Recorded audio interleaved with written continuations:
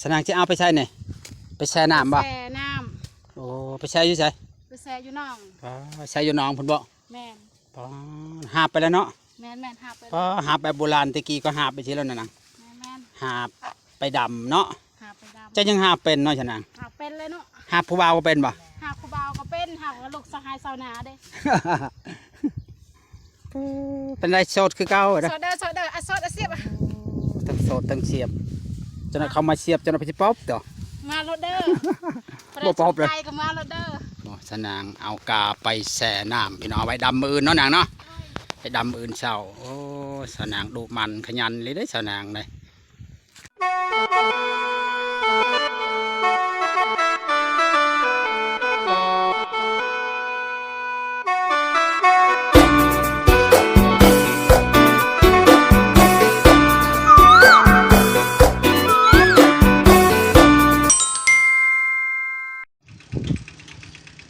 กับสบายดีหรือว่าสวัสดี FC พังไทยพังลาวหรือว่า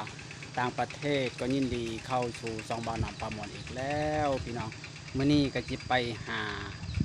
สาวนางคนเก่าคือเดิมพี่น้องเพราะว่ามื้อนี้สาวนางลงดำนาอีกรอบ2พี่น้องรอบดำและรอบ1แต่ว่ากายาวบ่ทันตอนนี้กายาวแล้วก็ไปดำอีกรอบ2วันนี้นะจิแล้วพี่น้องอีก2-3ให้ก็จิแล้วเลยน้องตอนนี้สาวนางลกกาอยู่คุณพี่น้องโอ้ยนี่ไปเบิ่งเป็นลกกาว่าชาวนางยังโสดคือเก่าว่าเลยจังใดพี่น้องไปบ่ต้องศึกษาเชื่อแล้วต้องไปเบิ่งไปชมนำกันว่าชาวนางยังโสดคือเก่าบ่พี่น้องไปเด้อป้าสวัสดีชาวนางสวัสดีสวัสดี ป้าหับกาไปใช่ไหน หากาไปเย็นน้ไปเยี่ยไปแชร์ไว้บ่ป้าชาวนางหับกามื้อนี้ลกกาบ่ ำแม่น แต่เช้านี่ก็ดำบ่ แม่น ป้า แช่น้ำให้มันเย็น ป้าตัวเก่าก็บ่ได้ถอดเลยชาวนางโทษแล้วเก่าก็บ่ถอด คนมันงามกว่าหมู เห็ดพิลึกลีเอากาไปแช่นะอยู่พุ่นบ่มีน้ำบ่ใช่นะ บ่มีบ่มี ถ้านางหาบกาเป็นไดสดคือเก่า สดคือเก่าเด้อ บ่เฮ็ดหยังนี่โลกาวะน่ะ สิเป็นโลกา โลกาอยู่ไสน่ะ อยู่พุ่น ก็โลกาไกลเถอะสาวนางจะไปวันจะไปวันไปโลกาพี่น้องเขาสาวนางนี่งามมาลิเนาะดำนั่นก็งามเนาะเขียวขักอะไรใช่โพยแล้วบ่นางนี่ยังไม่ได้ใช้บ่ยังไม่ได้ใช้คืองามเถอะใช่แล้วว่าห้องพื้นมาเนี่ยฮะไม่ได้ห้องงามเนาะโอ้เขานี่งามนี่ปีนี้เบิ่งดำจะกับเขียวนี่บ่ปออันนี้กาเลยข้าวหวานตัวนะฮะข้าวหวานบ่ทางนี้ก็เป็นนานอนแล้วทางนี้เนาะใครนาน้อยนาโนนนาเนาะใครนาน้อยนาโนนต้นห้องก็เป็นหวานเนาะปากาหาก็ใช้พูยลกเลยเนี่ยเห็นบอกมันเหี่ยวแล้วเนี่ยเนาะเขามันใช้พูยเนาะลกขึ้นมาก็เหี่ยวเลยเป็นไงไม่ใหญ่ได้ลูกเคยแล้ววะใช้ลูกเคยนั่นเองลูกเคยบัก50 ล้านนั่นเองใช้เพิ่นว่าจะเอาทองมามันลูกสาวมาแล้ววะโอ้ยหาบบ่หมดเด้อโอ้ยเพราะว่าหาบบ่หมดจะน้อยได้ลูกเคยใส่มันหอยยันคอหักตัวยันนักคอติเชโอ้ยคอยอิจฉาคนนี้ใส่ทองลูกเคยจนคอหักเอาทั้งนี้มันมีน้ำหน่อยเดียวจะนายแล้วบ้างจะสะบานบ้างบ่หากดำมื้อนี้แล้วว่านี่ฮะแต่มาหาเห็ดดำโคมัดแล้วว่าให้น้ำมาตัวนี้แล้วว่า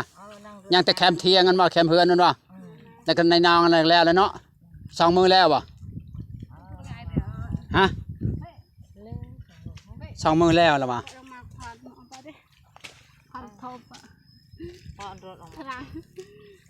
บดีพ้นบ่ายพ้น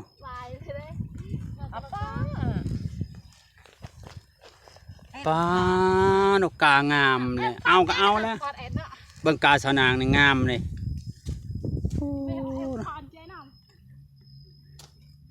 มาเล่นน้ำสาวนางพี่น้องเอ้ยสาวนางลงดำนาอีกแล้วรอบ2พี่น้อง ดำแต่ที่เป็นรอบหนึงหันยังบ่แล้วกาบ่ยาวว่านาง แม่นแม่น ลงอีกรอบ2บัดนี้แล้วรอบ2นี่ต้องแล้วเนาะอีก2มื้อ3มื้อแล้ว3มื้อหรือ2มื้อแล้วประมาณ3ข่อยว่าเนาะเพื่ออัตกาตัวนี้อีกเนาะประมาณ3มื้อฮะ3มื้อแล้วถือว่าสำเร็จไปเที่ยวแล้วมื้อนี้ไปเที่ยวพุ่นบ้านผู้บ่าวพุ่นแล้วเพิ่นให้ไปเบิ่งเฮือนไปเบิ่งศาลเฮ็ดจังได๋ซะเนี่ยได้สิได้ลูกเคยก็ไปแหละ อืม เพิ่นให้ไปทั้งไปเฒ่าพอเฒ่าพุ่นให้ไปเบิ่งไปว่าไม่เฒ่า ว้า บ่ไปติ บ่ เฮ้ยเขาให้ไปเบิ่งเฮือนเบิ่งศาลไหน เบิ่งไก่เนี่ยเบิ่งน่ะ หันแล้วให้ไปเบิ่งแล้วมันวอลินแล้วเนาะจ้ะนางแล้วว่ามารถค่ารถค่ารถก็เราเสียให้ได้เราบ่ได้เสียเงินเองได้ แล้วแล้วหาไปเบิ่งได้ ป้ารถเมื่อย หาว่าสิไปกับอีพ่อเพิ่น เออ เนาะ3คนเนาะไปเล่นต่างไปลินกับแมนละแมนว่าแล้วก็ไปลินไปเที่ยวเต็มที่เฮาก็จะไปเบิ่งหั่นแหละเนาะไปเบิ่งเฮือนศาลเป็นได้ว่าเขาลาว่าเฮือนหันบ่เฮือนหันบ่มีคนอยู่ลาว่าคันใดเอาสาวนาง ก็กระยากระไปแม่นบ่ เอาเฮาต้องไปเบิ่งเองตัวจริงเนาะแม่นอย่างนั้นใดเฮาต้องไปเบิ่งไปเห็นใดเฮาไปเบิ่งเองเฮาก็เบิ่งแล้วก็ต้องถามคนในบ้านเป็นจังไดคนแบบนี้ คนอันนี้เป็นจังไดนิสัยจังไดเขาก็บอกเลยเนาะเขาก็บอกแล้วคนดีบ่ดีคนเขาบอกได้เสมอจังได มา เคยเขาบอกคนอยู่ไกลเขาก็ฮู้ว่านิสัยเราเป็นจังไดเฮาก็ถามเนาะนาง อืมโดน บอกก็ถามกันแล้วว่ามันสิเอารถไปก็สิเอารถจักไล๋ชะนางสิเอาเลย บ่ดุง่ายคอยทำบ่อยากเอาแล้วคอย กลางงามเนี่ยงามนี่กะหากใช้พูยจังมือนี่ว่า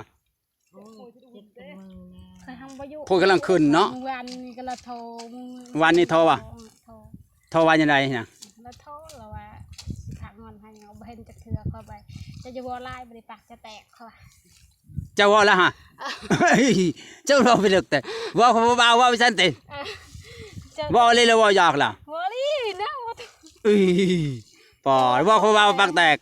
สร้างว่าซั่นน่ะแล้วเราว่าจังได เจ้าก็ดำนะเขาว่าคอยนอนอยู่ แล้วเราว่าจังได แล้วว่าคอยดุแล้วว่า คือบ่ให้เรามาดำนาซอยซะ แล้วว่าอยากซีดอันนั้นส่วนอย่างซีด โอ้ยคันเจ้ามากทำมาต้องยากแล้วจะทิมรถจะมารถจะบ่ได้เว้าใช่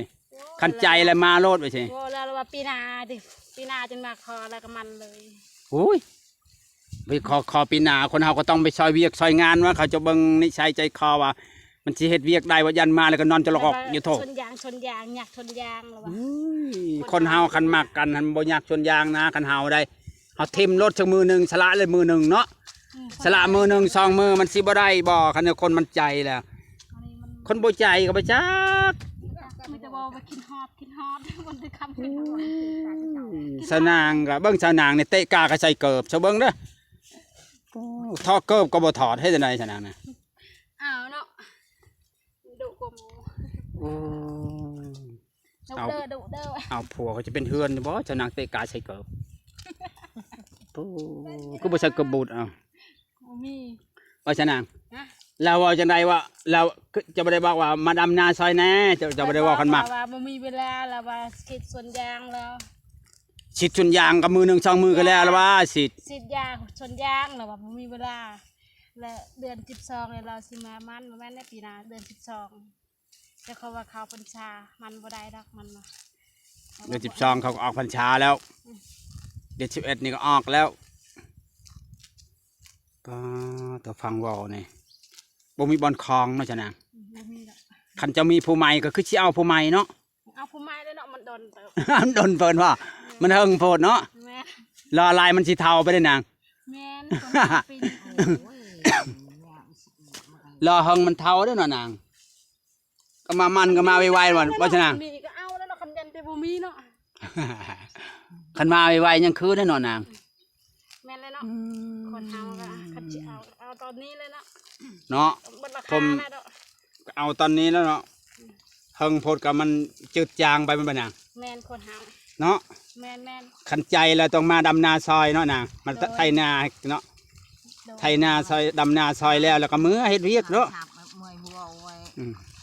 ปาดโถเลยหัวคือเด้อ แล้วว่าไผบอก เอา ว่าในใด ทำไมหัวน้ำทะเลขับคือจังหวะนี้ อ้าวจิไปได้หยังเนาะขันมากแล้วก็ขันใจแล้วก็มาแล้วเนาะนาง แม่น อามีแต่เวียกเนาะเวียกคนเขาว่าเวียกแล้วเขาว่าคนบ่มัก ซอยแล้ว คอยสิโซดเด้อโซดเด้อ สดปัจจัยสดคือเก่าแล้วนาง โซดคือเก่า ตั้งใจโบไปโชดเลยโชดเลย อ้าวเขาสดแล้วคนบ่มีผัวบ่นาง ทำวิจัยแล้วการนางไปโชดเลยโชด โอ้ปานว่าเพิ่นแต่งไว้เนาะนาง เราแต่งเวีย โอ้ น กางามมาริกาสนางนี่ โบเฮียมาละไปโชด เบิ่งนี่ โชดเลย คักอริกาล่ะกาเนี่ยพอดีดำเนาะพอดีติดเลยเนี่ยเนาะ โดย กาเป็นกาตัวเมียจำนี่กาติดเตียออกลูกแล้วเบิ่งว่าออกลูกไหวได้อกาเนี่ยตัวบ่สนางผู้ชาวก็ผู้บ่าวก็ให้ความหวังอยู่ว่าบ่โทรศัพท์มัน เราก็ว่ามีแต่เราบอกให้เราว่ากินฮอดคอยอยู่บ่ขอบ่ขอบ่กินฮอดเจ้าแต่เจ้ากินฮอดคอยเรา จานบอกว่าบ่กินฮอด บ่ เอ้ย เราหายหัวเราหายหัวคอยมันนะ บ่ละหายไปใด หายแล้วว่าคือนั่นคือคนบ่ได้หักคอยนี่ อือ เขาว่าหักก็หักเนาะหักแล้วมันอยู่ไกลกันแล้วได้แต่หักซื่อๆแหละ อือ แต่ว่าสิ เจ้าว่าแต่ห่างคำบ่มาหาคอยเจ้าบ่ว่าน่ะ เขาก็ว่าไปซั่นแหละ อือคันมากก็มาหาแหละเนาะ เขาว่าอยากว่า อืม เราว่าสิ้นเดือนไปเจ้าอยู่ซิโนแล้วว่า มาเลยคันบ่มาแล้วบ่ต้องมาแล้วจะเว้าสิน่ะจะบ่ได้เว้าว่า บ่ได้ว่า สิ้นเดือนแล้วมาแล้วเด้อคันบ่มาเนี่ยคนสิไปผู้อื่นจะบ่ได้เว้าใส่เราอ่ะ เคยว่ามาไว้เด้อผู้ใดบ่มาไว้แล้วค่อยสิเอาคนใหม่เด้อเราว่าเจ้าเอารถค่อยสิไปมันเมียน อือ มันแล้วก็ไปมันแล้วทำไมเอาผู้ใหม่จังได๋เจ้าบ่มี อืม บ่มีก็บ่ได้แล้วบ่ได้ละเที่ยงป้าหรือว่าไวปานยัง เราเว้าไว้ว่าบ่ได้เว้าไว้ พ่อกับแม่ฟังจนบ่เข้าใจ อ่า โบว่าแบบ ตัด บ่ แม่ก็อยู่นำกันเจ้าอยู่นำกันว่าแล้วเว้าฮะ แม่น เจ้าบ่ได้เว้าว่าเจ้าบ่ได้เว้าว่าแล้ว นางเปิดลำโพงก็ว่า เจ้าบ่ได้เว้าว่าแล้วหั่น ค่อยพังเด้ ยันว่าเว้าแต่ปากบ่เห็นมาจักเทื่อเจ้าบ่เว้าว่าสิ ค่อยเว้าแต่ปาก ไก่เวิร์น ค่อยว่าค่อย เอาก็มาซอยเวียกเด้อคันใจแล้วมาโลดเจ้านางบ่ได้บอกเพิ่นว่า ค่อยเนี่ยเขาว่าบอกมาเด้อมาดำนาซอยมา คันหมักไปเด้อ สิ้นเดือนนี้มาเด้อมาโอ้ยไปเจอกันอยู่ซิโนว่ะแล้วว่าบ่อยากเจออยู่ซิโนแล้ว โอ้บ่อยากก็มาซอยเวียกเจ้าบ่เว้าว่า ว่าไงเราอ่ะยากเนาะทางพีมันยากหลายปีหน้าได้จะไปเฮ็ดเราอ่ะคุณ ปีหน้าจึงมาเฮ็ด แม่น ปีหน้าจึงมาเฮ็ดป้าโตปีหน้านี่ไม่เท่าบ่ได้ลงให้นาดอก ปีหน้าลูกเคยจึงมาเฮ็ดแม่เท่านี่มันบ่ต้องนั่งคดลังคงอยู่ให้นาแล้วปีหน้านี่นั่งยิ้มเปยๆอยู่เตียงพุ่นแล้ว โอ้ ลูกเคยลูกสาวเฮ็ด ก็คืออาจจะไม่ได้ใช้บัตร แม่เท่ายิ้มเปยๆให้ลูกสาวแล้วจะมาได้ขึ้นเฮือนจะมาได้ขึ้นเทียงแล้วเอาอยู่บ่ป้อเดี๋ยวมัน แล้วว่าดูได้แล้วว่าเขาสิปาทนาใหญ่แล้วว่ามัน อุ้ยให้มันจริงแล้วนางเนาะยันมาแล้วยันเฮ็ดขนาก็บ่เป็นน่ะเนาะ แม่น ป้ายจีรถกระตะแคง ครับ ขับรถกระตะแคง ขับรถจักรนะบ่เป็น ขับรถไทยแล้วว่าเขาสิไปเรียนไทย อืม รถจักรกระตะแคงไทยกระตะแคง รถจักรก็บ่เป็นบ่เลยว่ะ รถจักรมันเป็นแล้วว่า ก็บ่เป็นแล้วก็เป็นแล้วรถจักร มันเป็นแต่รถไทยหันมาเป็นเรายังบ่เคยเห็น แล้วบ่ได้เขียนเราบ่ได้เฮ็ดนาว่าอยู่บ้านเขา แม่น เราบ่ได้เฮ็ดนาบ่น่ะบ่ได้ถามว่า เราบ่ได้เฮ็ดนา เฮ็ดไปจัง เราก็ ทำ ทำ งาง าน น เก็ กิ บ น ยาง แล้วก็หากินบ่ได้ครอบครัวเขาอยู่บ้านเขาเฮ็ดหยังก็บ่ได้เฮ็ดนา ซื้อกิน ซื้อกินค้าขายซื้อกิน ซื้อกินแม่น อ่า ปัญญากะไว้ตา เอ้าเจ้าบ่ได้ว่าเจ้าเฮ็ดนาบ่เป็นเจ้าสิเอาค่อยได้เว้าสิเจ้าบ่เว้านะ เราเฮ็ดนาบ่เป็นค่อยก็จ้างเอาแล้วว่าเรามีเงินจ้าง เอาเงินมาที่ใช้จัง เราก็ไปเฮ็ดงาน ก็ แล้วก็ส่งให้เรา เรา จะมึงก็ไปหาไม่ได้จะไปกระยาปะครัว เนาะ แต่วันนั้นจะมึง อ๋อพังเบิ่งมันจะเป็นจังได เบิ่งเขาก็ยังบ่ได้ฮู้ใจเขาเนาะ ต้องไปเบิ่งก่อนเนาะนาง ไปเบิ่งก็ คันเราให้ไปเบิ่งก็ไปเบิ่งเนาะ แล้วเขาไปเบิ่ง ไปวัดใจเบิ่งก่อนเนาะว่าเขาสิเอาจริงหรือบ่จริงเขาเว้าจริงหรือบ่ลีบ่ลินหรือบ่อีหลีเนาะ แม่น เราต้องไปเบิ่งเนาะนางคันบ่ไปก็บ่ฮู้เนาะ คันเราบ่ไปมันเจ้าบ่มักค่อยเราเอาสิคันเจ้ามาแล้วเจ้ามักค่อยเราบ่อีกได้เรา หากหลายเลยเขาเนาะหากกำลังป่องยาวเนาะ อันนี้จะนักดูได้หาเกี่ยวเขาอยู่มันหากันรอเลย หากกำลังยาวเลยป้อ หากันรอเลย หากยาวเลยกะเนี่ย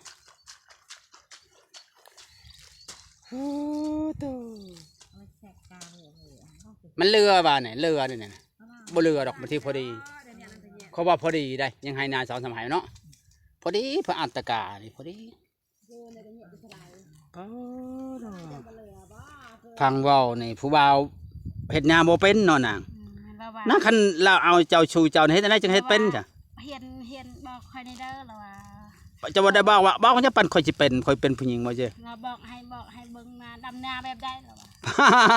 ตาแต่จะบ่ได้มื่นจะก็เบิ่งเขาดำพุ่นเขาดำสิหาย บ่ว่าดอกว่าข่อยดูไอ้ปานคันปะเฮ็ดนาบ่เป็น เรา ตาย ปานคันนาเป็นแต่ละว่าหันอันดำนา แล้วปานนามันใช้นาอยู่ใช้จะให้ปานฮะ รู้จักของเราแล้ว โอ้ยมันแม่นบ่เนาะ แต่ก็บ่รู้เนาะเราว่า เจ้าบ่ได้ว่าถามว่ามันเจะปันมันปันเป็นแต่ให้นายเดียวเนาะเจ้าบ่ได้ว่าบ่เนี่ย รู้จัก นาให้เดียวเนาะเจ้าบ่ว่าไปสิบ่ เราบอกสิเราปานคันนาไว้คำนาสับคันนาเจ้าหันคำนั้นหันให้เจ้านอนกินเรา เราว่าเอาฉันละติ แม่น แม่นบ่เนาะมื้อนี้มาลกกาซอยสาวนางพี่น้องเอ้ยกานี่ก็งามเนาะ งามเด้อสดเด้อสดเด้อ สดเด้อสดเด้อ สดเด้อผู้ใดสนใจมาลอกกาซอยในเด้อมาดำนาซอยในเด้อ บ่ แม่น ดำนาซอยแล้วเขาบ่มือแล้วเขาสิอยู่นำแล้วเจ้าเฮ็ดจังได๋ เอาให้เขาอยู่เนาะ เขาสิอยู่นำเลยเขาสิเอาแล้วเอา เอาเลยก็เอาเฮาก็เอาเลย เอาบ่ เอาเลยเนาะผู้บ่าวเอา มาเด้อพี่น้องเด้อผู้ใดโสดมาดำนาซอยนางมา เดือน เอา 7นี่แหละเดือน6 เอานำกันเลยเอากันเลยอยู่นำกันเลยเฮ็ดนาเลยว่ะ แม่น ฉะนั้นเขาบัญชานี่แล้วเด้อเนาะนาง เขาบรรชาแล้วเอาบ่ได้เด้อ เนาะ มาเด้อผู้ใดอยากมาก็มาเด้อโซดเด้อ โสดเด้อโสดเด้อโสดตลอดชะนางฮะโสดตลอดปีตลอดกาลตั้งหลายปีแล้วโสดนี่มีแต่คนอยากมักหักบ่มีคนเอาเนาะนางมีแต่คนมักบ่มีคนเอาโสดโอ้เนาะกาก็งามงามมะลิกา งามคักงามแหน่เนาะนะ เขาบอกเขาเอา เห็นแล้วเราเอาน้ำเขานาแล้ววะเราจะปล่อยน้ำเขานาเราจะดำแล้ววะ เอาให้ลูกเราจะไถหมดเลยแล้ววะขี้คร้านอะไรเห็ดมันแล้วบัดเดียวเราบอกใช่ได้ดำมืออื่นเนี่ยให้หน่อยมันบ่ร้ายมันเลยเนาะให้กระบอกกระแปก2 มือก็แล้วขนาดไถหมดนะทำไถไว้แล้วขาดดำชื้อไถให้มันแล้วหล่นเพราะดินน้ำบกแข็งเนาะดินมันเป็นดินอ่อนอยู่แล้ว ดินใหม่มัน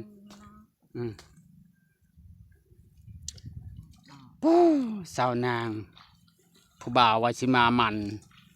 มีแต่ยังมามันซื่อๆบ่เห็นมามันจักเถื่อ บ่เห็นหนาเนาะ บ่เห็นหน้าได้ยินแต่เสียงคือเพิ่นว่า ไว้เด้อคันบ่มาไว้เลยสิเอาผู้ใหม่เด้อ พอจะ บ่ได้รอด้วยนะ บ่ได้ดุทาเด้อ ทาหลายมันสิเทาว่าทาเหิงว่าทาเหิงมันสิเทาว่าน่ะ แม่น ชะนางมาไวๆเด้อเพิ่นว่าขี้คันทาเหิงนั่นว่า เรียนเอามือเก็บไปโอ้ยตักเก็บตรงมือเป็นชาเดียวมันจะชอบติดลามต่อมื้อนี้สิลกมันมือจนค่ำมาแล้วเนาะ ๆ มือนั่นดำเนาะ แม่น